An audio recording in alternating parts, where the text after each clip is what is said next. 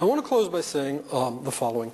I really do not wish in any way, shape, or form to demonize anyone. And I think part of the problem with American religious rhetoric is it's so hot, it's so combustible. Religion in and of itself is something that gets people very, shall we say, warm. Politics in and of itself is something that gets people a little bit agitated. You put the two together and you get this combustible mix. And I think as Americans we have to find ways to have these discussions in fora such as this one, which are reasonable and civilized. With that said, to my evangelical friends across the United States, there's nothing wrong with an organized evangelicalism. That's the American way. Bishop Jackson, you want to see disorganization? Come to an atheist rally. I'll show you disorganization.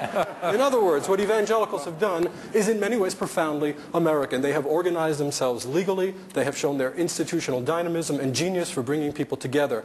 Fundamentally, and I guess now I draw to my close, I think some of the premises of the movement are incorrect. Here is one of the ideas that recurred today. An inability for many, but not all, because evangelical Christianity is a very, very diverse social movement and getting more diverse, fascinatingly enough, and getting much younger, I would add. One problem, one blind spot of this movement that has brought many good things to the United States, I want to be very clear about that, is an inability to deal with the question of religious pluralism. We talked about the interpretation of Scripture today. I'd like to mention, again, as a biblical scholar, that Jews, for example, do not share hermeneutically the interpretation that Christians, conservative Christians have of abortion. All right? In Jewish law, it's more a question of the rights of the mother. It's not a question of the right of the zygote or the child at conception. So, in closing, I'd like to make an appeal for all of us for greater civility, for more conversations such as this one, and I would like to beg my very powerful and very well organized friends in evangelical America, my friends who are getting increasingly diverse